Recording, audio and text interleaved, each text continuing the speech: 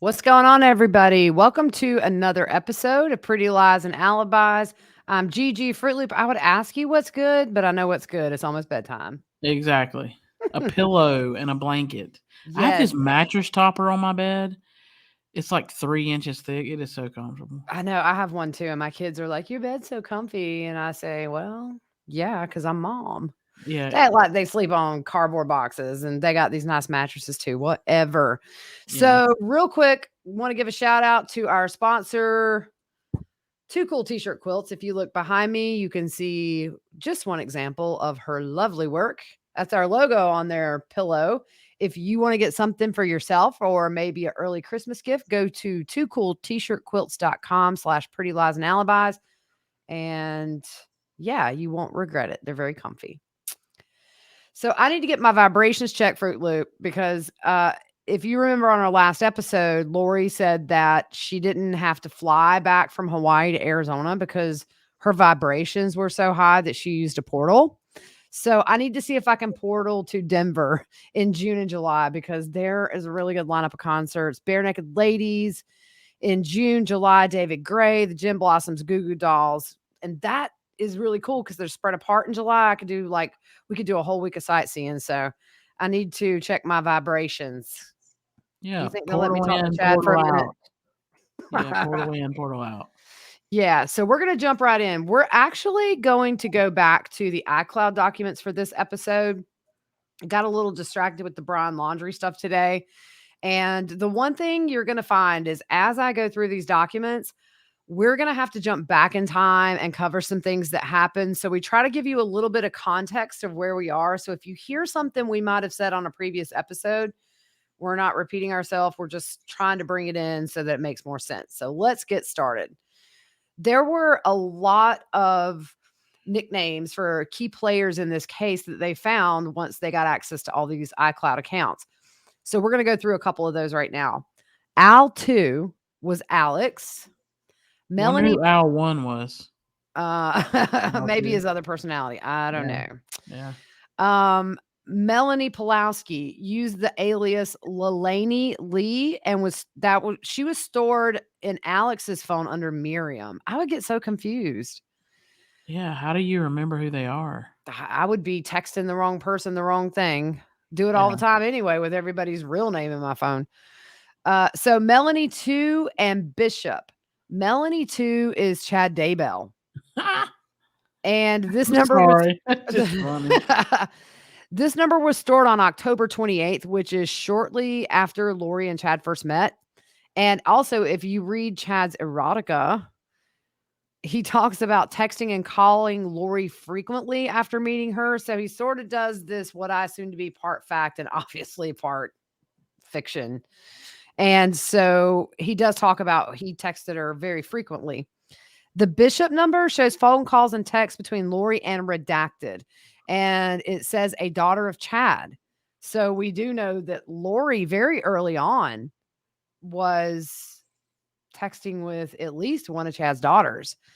And I have a feeling who it is, but I don't want to guess.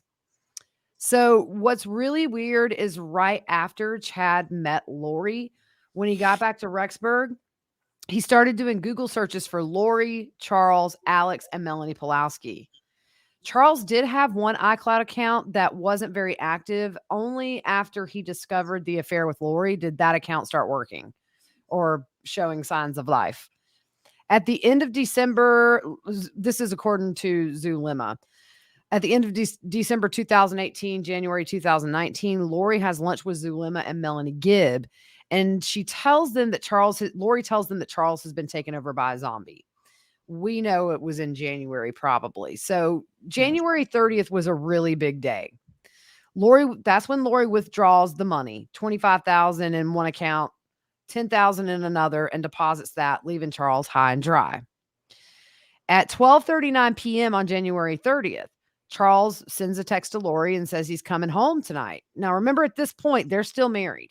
They're still living together. Mhm. And prior to this text message, investigators said they really didn't find any evidence of marital problems on their phone.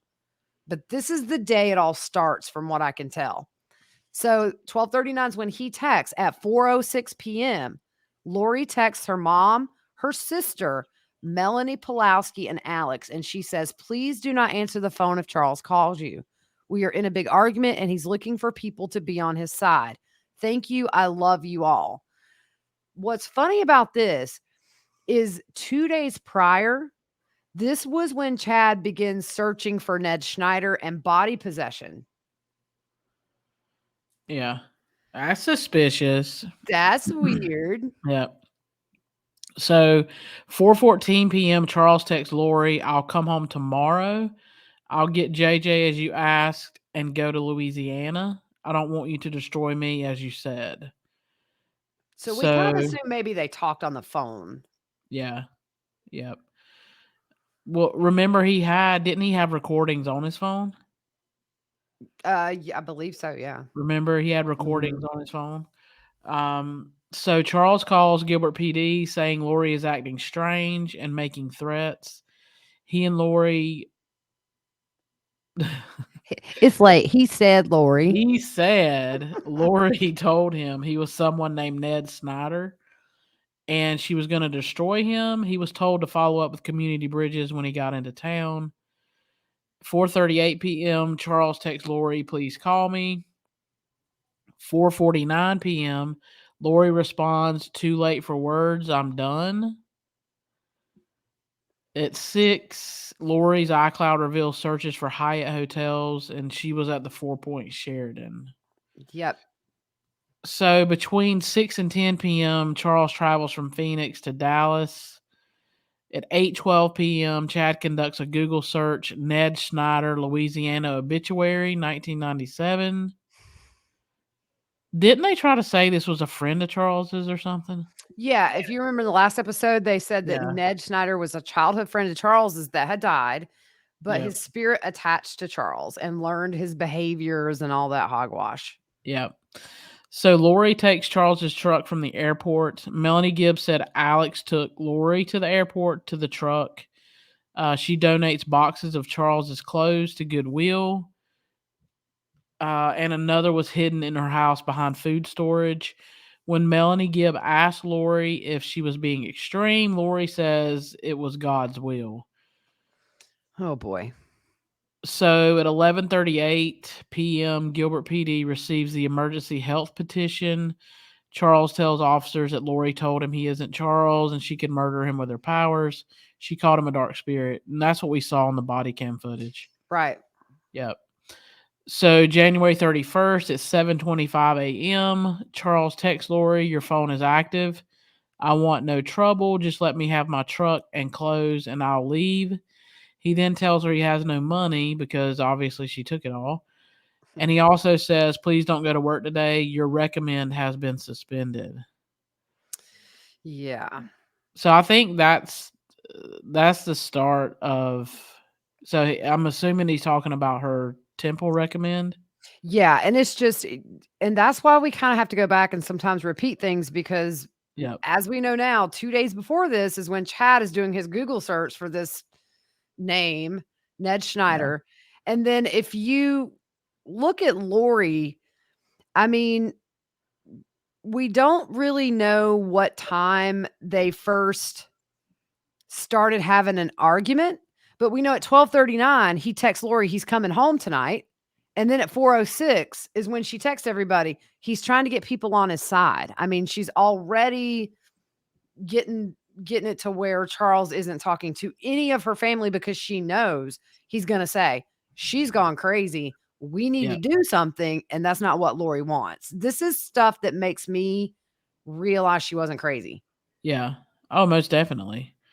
Uh, so on that same day, that's when Lori, Melanie Gibb, and Tylee go to the police department because remember Charles had took her purse. Right at JJ school. Yep. Yep. So February 4th, Charles filed a petition for an order of protection against Lori. It was granted, and the conditions were that she could only communicate through text and only to discuss parenting issues and financial matters. But JJ was not covered under this order. Yeah. I don't know if you have to go to family court for something like that. It's a little more complicated when it's a parent and a child. Yeah. Yep. So she was also restricted from coming to the residence on Tomahawk Drive, which was a different residence from where Charles was murdered, if you remember. Mhm. And she was only allowed one deputy with her to collect her belongings. Right. So on February 15th, Alex texted Lori and said, Ned was at the temple yesterday looking for you. He thinks you are staying with me. Lori did not respond to that message. And this next part makes me scratch my head a bit. So in February, at some point, Lori tells a friend in Hawaii that she and Tylee had a key to Joe Ryan's apartment. And after not hearing from him for a month or so, they went to check on him and found him dead, which is odd because the original story was I think a neighbor alerted the apartment complex to the foul odor. And I think they saw some flies around the door. Yeah, wasn't it? They were walking their dog, and their dog like like it was something. Yeah, it was something Yeah, like that. And then they said, so they called maintenance. They went in, found him dead, called police. So I don't know why would she lie about that? And maybe to get sympathy, I don't know. But then you've got Tylee, who, if it wasn't true, obviously knew this wasn't true. It just makes me wonder, why would you say you went in with your daughter and found him dead when we know that's not what happened unless she went before and or knew he was. I don't know. yeah. If you remember too, Annie Cushing said when Lori talked about Joe's death that she felt the way she said it was she saw him. Yeah, I mean, So so that lines up with that. mhm. But then again, I will always question whether or not she had something to do with his physical death. I mean, we know Yep. he died of a broken heart. I mean, like we were talking on the live I did with Law and Crime Friday, Joe picked up everything and moved to Arizona and he died alone in an apartment. Yeah. So Yep. it's just one of those stupid things that make me say, "What?" I mean, did they go in and find him? Did she go in and find him? Did she kill him and know he was dead? I don't know. Yep. So February 20th, this is when Charles calls the life insurance company and requests the change of beneficiary. And he wanted a form and he said he was worried about someone accessing his account. And he let them know that he was going to change the beneficiary to his sister Kay. And then he placed a pin on his passcode. So he got the form, and then on February 26th, he actually called to change the beneficiary, and he couldn't because he couldn't remember the password, but he was worried that someone had accessed his account, so they sent him another form. March 19th through the 21st, 2019, Chad and Lori travel from Idaho Falls to Mesa, Arizona together. We know on March 21st, Lori is back at the Four Point Sheridan because her iCloud connected to that Wi-Fi. Now, this is typical Lori. It's just so funny, but she registered a Yahoo email address on April 21st using the name Karen Walker, using a slightly different birth date than hers, but the phone number was listed under her phone number. Now, what's funny is one of our listeners told me Karen Walker is a character on Will and Grace. Oh wow. So the first email sent from this account was on April 21st to Chad. It says, Dear Brother Daybell, this is Karen from AVAL. AVAL is a voice of warning. I contacted you a couple of weeks ago to see if you would be willing to come speak to our youth here in Houston, Texas. You said you probably could if there was a way to cover your expenses. He's a moocher. Since then, I can't shake the feeling that you need to come share your story, particularly about chasing paradise. We are near the Houston Temple, and this summer our stake is focusing on family history work. My reason for contacting you again is that we have a stake youth conference planned for all day on Saturday, April 27th. The focus is on the temple, and I know you would energize the kids with your stories. We expect about 400 kids to attend, including some parents. I know it is extremely short notice, but is there any chance you could come? A high councilman is currently the main speaker, but he said he would be happy to let you speak instead. My husband and I have been financially blessed, and we would pay for your flight. We also have a room attached to our house where you could stay and not be bothered. Also, my daughter mentioned the young single adults would love to put together a fireside on Sunday evening. I realize your main goal is to sell books, and that wouldn't be possible at these events, but I know the interest in your novels would skyrocket here. I'm sorry it's so late. If possible, please let me know as early as possible in the morning so we can include it in Sunday's announcements. Also, we'd want to get your flights booked. If you're able to do both events, we could fly you in Friday, then depart on Monday. Please let me know if this is possible. We would love it. Karen Walker, aka Lori Vallow, doesn't say that, but we know it's her. And this Yep. is what I think is very conniving. When she says, I know you can't sell books this weekend, she's already formulating an excuse so that Chad can go home and say, "Oh, well, I wasn't Yep. able to sell Because they books." they weren't anywhere to sell them. They weren't anywhere. Right. They Yeah. were just hooking up. Yeah. Yep. So Chad responds um an hour later. Hello, Karen. Yes. Okay. You know that the Hello, saying. Karen. Hello, Karen. Yes, I will be able to come. So let the wards know. I can talk to you later about arranging the flight. Chad. So Chad made the trip. There was a follow up email on April 30th thanking him for coming to speak, which we know all that was Hogwash. hogwash. There were other emails sent. Most were invitations for Chad to listen to a song. Some of them were just can't get enough. Let's make love and I dreamed a dream. May 5th, 2019, screenshot of the malachite stone, which was similar to the rings they had when they married. And this shows you the plans to marry in May. Yeah. So I think what we'll do is we will read through this series of text messages between Lori and Zalima, and then we may just wrap it up here. We've had a long day covering Yeah. this or following the Brian Laundrie stuff down in Florida, and we've already done one little update on that. So this is just going to be a shorter one, but me and Fruit Loop are going to read these together.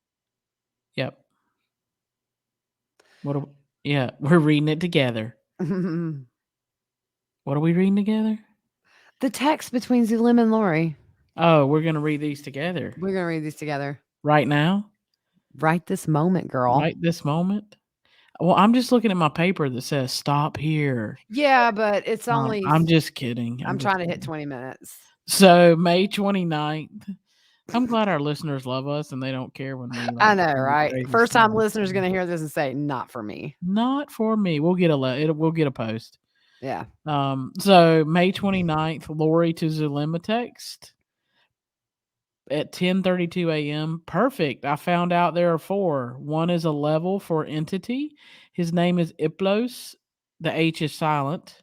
That's why we say Iplos. It blows. The other three are level threes. Let's do this. June 1st, Chad searches Google for Iplos twice. Yep. And so I'm going to read the Lori part, and you're going to be Zulima. This is like acting. Yeah, we got to put some feeling into it. Yeah. Okay, so June 2nd at 11:54 a.m., Lori texts Zulima, yes, it does. Let's put some fire energy toward Iplos now. He's driving now, and today's the day. I can do it spiritually. Let's go to him and hover over the truck. We will do it. Are you ready? 11:55, Zulema to Lori. I'm Okay, I ready. don't think okay, let's not read the times. Let's just do this back and forth like we're talking. Okay, I gotcha. And action. I'm ready. Let's go now. That is powerful. I'm still sending fire. Yes, it is. I'm blinding him with the light. Oh, that's awesome. I'm feeling it big time. Raphael is with us. I feel him. Oh, did he leave? I can't see him. I felt like I was chasing him because I saw me running after someone. Get him. Oh, I'm chasing him. You're amazing, lady. I love you. I'm tired now. LOL. Me too. I'll keep the light abs fire gong until he's gone. That's literally Me what it says. too. I'm still sending it. Okay, I listened last night. I prayed over it and surrendered. I'm flying home today to the literal demon. He's still fine as of this morning. I love you for being so diligent and wise. That is the dumbest thing I've ever heard. Get him. Did he leave? Oh my gosh. Blinded by the light. It's like a Marvel. It's like a Marvel movie. Oh They're my hovering over. gosh, dude. This is so Iron Man is easy. hovering over the car, like putting fire on the car. Anyway, so June the 3rd, the same day that she just texted this, Lori goes back to Houston. If you remember, it was what, to get her finances in order is what she said. Yep, she trying to get her finances in order, all right.